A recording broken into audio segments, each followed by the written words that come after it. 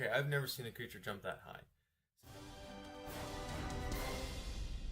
Hello, so today we're going to be evolving a bunch of different creatures. We're going to start off with two-dimensional creatures, and then we're going to move to three-dimensional creatures. Right now, I can select them to go on flat ground, or to go up or down a hill. So we're going to try all those combinations and see what kind of creatures we can produce. So the first thing we're going to do is enter the simulator. Okay, so we're going to be starting off in 2 dimensions on flat ground.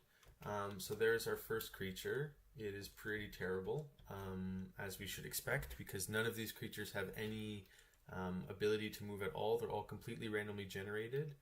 And so it's kind of interesting that a lot of these creatures are separated. They're 2 separate bars, which I wouldn't really have expected. But anyway, so because these creatures are all terrible, we're just going to completely skip through the first generation, and hopefully we'll get to see some kind of motion, even though it'll be very small.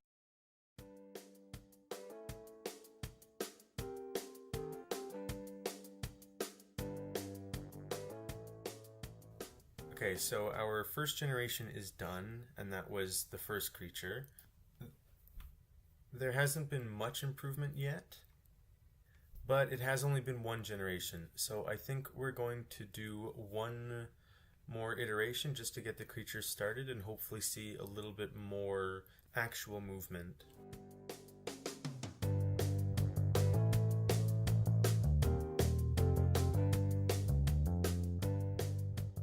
Okay, so after the second generation, okay, that was a pretty good bounce. That one's not so good.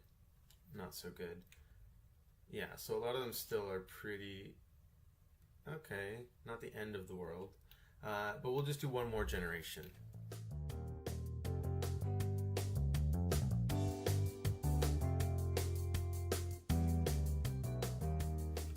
Okay, so this is generation number 3, and I think it's probably about time that we can actually look at the fitness graph. We'll actually see some motions.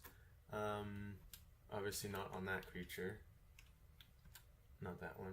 So there you go. So there is the first bounce. So what I typically find is that the very first creatures, the easiest way to move is for them to hit the ground and bounce. That's the very first form of motion or locomotion that they can produce. And so that's typically what all these creatures are going to do. Right, so every single creature that can move, it won't be much, but every creature does it by bouncing. So now that we've seen that, we can keep going a few more generations.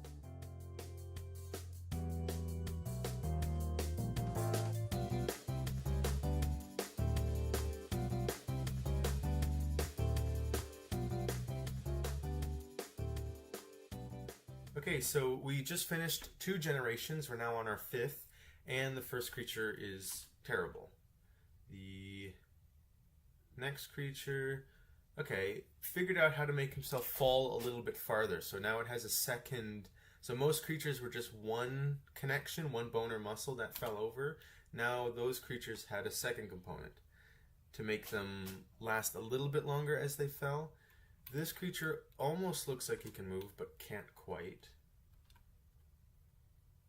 That was a good bounce. But we're still not seeing much in the way of locomotion. So let's do another 2 generations and see what we get.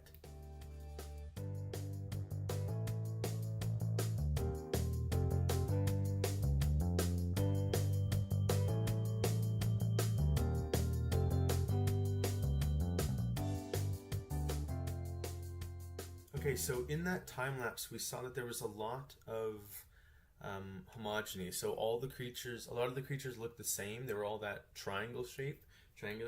So that means that we're kind of converging on a solution, or at least a temporary solution.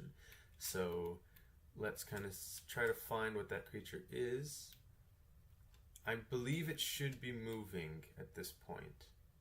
There, okay, so this is the first creature in the population that's actually moving. So it's using that middle leg to kind of hoist itself up, and then its weight kind of drops it forward, and then it kind of iterates that process to try to get moving. So in this graph, we kind of see the interesting pattern that describes that motion. So we're still not really getting good motion. So let's go to 10 generations just to really get this thing started.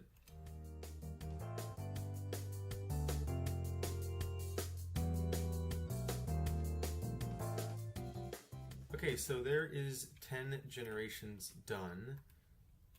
The first creature that we see is, oh, it actually ended up walking. So that's a really interesting way of walking. So it kind of walks a little bit and then it kind of skips a little bit and then kind of gets up a bit. So that's really interesting. But what we see now is that a lot of these creatures are all starting to walk now. They're not good at walking, but that's how they're moving. And so we saw the transition from creatures that would fall over to get their distance to now they're actually doing sustained repetitive motion that's letting them travel across the screen. So I think this creature, maybe not that particular one. So this creature seems to be performing really well. You can see it's pretty structured. And yeah. And we can also notice down here at the generation curve that there's quite a steep incline, which is probably right around the time that the creatures stopped just falling over and started walking. That must be what this curve is doing, because that would substantially increase the distance that they could travel. And so with that, I think we'll do 5 more generations and get into the, start to really refine the motion now that we've discovered it.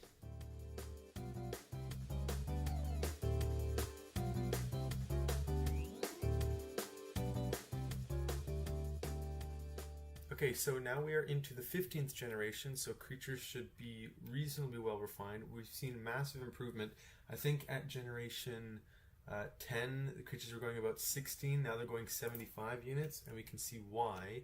So this creature has really, well, it's not perfect still, but it has really refined the way that it's moving. It's already surpassed the average. So this creature is really good at walking. Let's see what else there is. That one's definitely mutated. Not quite as good. That's interesting.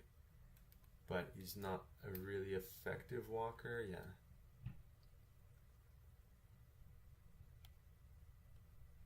So here's another one that's similar, but again, it's a node must have been pushed in too close, and now it's not really good at walking. Okay.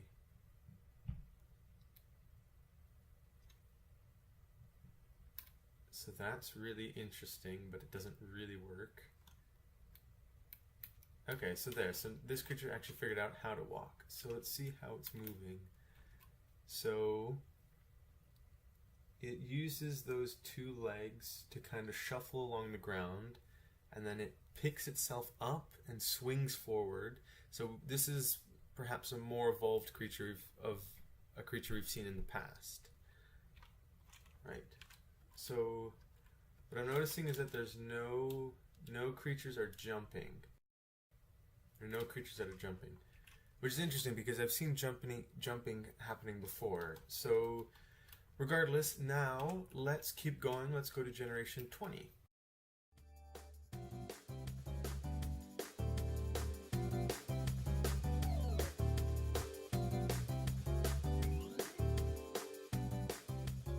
Okay, so at generation 20 there's been a lot of improvement. So we saw a second spike around here, meaning that something else has taken over the population, and it might be this creature. Whoa. Okay, that's really interesting. So it has again, so this must be a descendant of the creature that swung itself, because this also has 3 different types of motion. So let's start at so here it is about to shuffle, I think. So it shuffles a little bit and drags that body over, and then it's going to jump.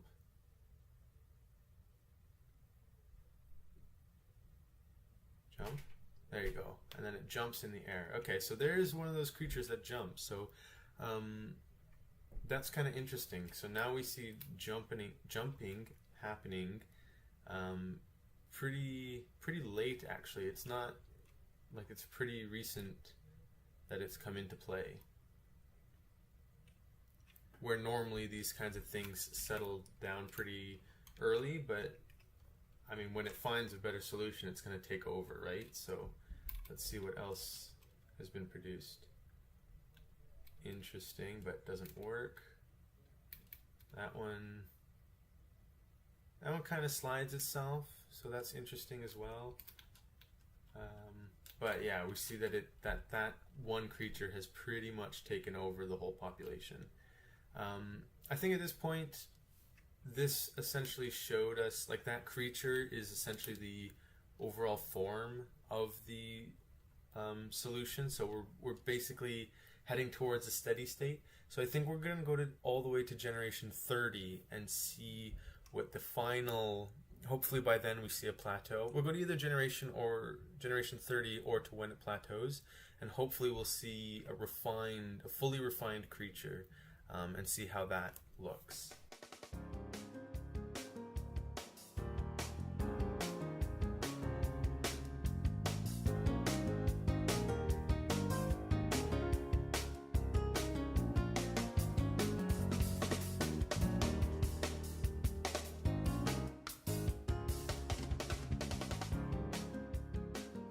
Okay, so that marks the end of the 40th generation, or actually the start of the 40th generation.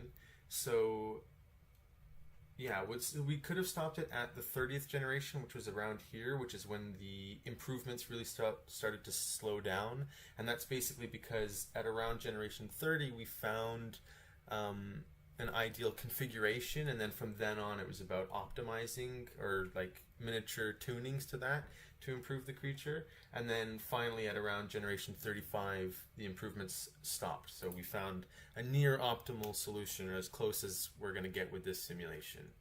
So this creature is kind of interesting. So this is one of the solutions. It looks like it's walking a little bit, and then I think I saw some kind of jumping. Okay, so that's pretty good. Let's look at a different one, because I've seen... Let's see how other creatures move.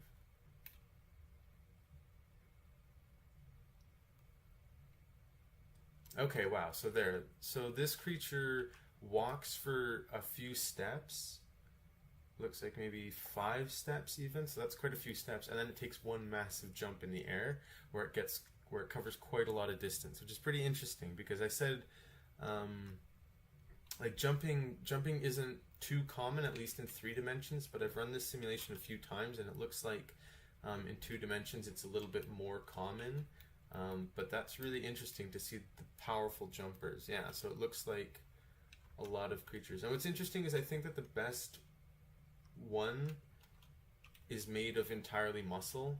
So that's an interesting feature, that most creatures have some combination of bone and muscle, but this one is all, or at least mostly, muscle. So yeah, so let's watch it in a bit of a slower motion. So it takes one step. That's really cool, because normally I don't see jumping, but this one kind of incorporates the 2 types of motion. There you go. So that kind of looks like a leg, really, because it has the 2 joints. It hinges around this joint, and I guess this double node joint, and then bam. So yeah, so this kind of acts like a foot because it's pushing off, and I guess that would be the ankle then. And then maybe a knee joint if we want to try to personify it like that. But yeah, so that's really interesting. And it's going pretty far, like 250, and it's just about halfway done. So let's see how far it actually gets to. So that looked like 550. I played it a bit too fast, but that looked like 550, which is really high. Like the highest creature in 3 dimensions that I've seen was 560. So seeing it in 2 dimensions come up pretty trivially, like on the first run through, is pretty impressive. So yeah, so I guess with that's so cool. So with that, I think I'm going to maybe show another like do this simulation another time and show what creature that ended up with, and maybe see if I could do that with another one as well. Okay, so that marks the 32nd generation for this iteration of the simulation, and this is our first creature. So, whoa, that was really high. Okay, so this, whoa. Okay, I've never seen a creature jump that high. So the average, that's so huge. So the average population distance is 266, which probably means that creatures are going up to 500 in this one. So this creature is about a third of the way done, and it's okay. So that one's probably not the best creature, but that's really far. Wow. Okay. Okay, so we just finished the 51st generation of our third simulation, and this is the creature that it's produced. So right now it kind of, okay, so this creature moves by jumping. So that tells me that in 2 dimensions, jumping is a pretty common way of moving, because so far all 3 creatures have been jumpers.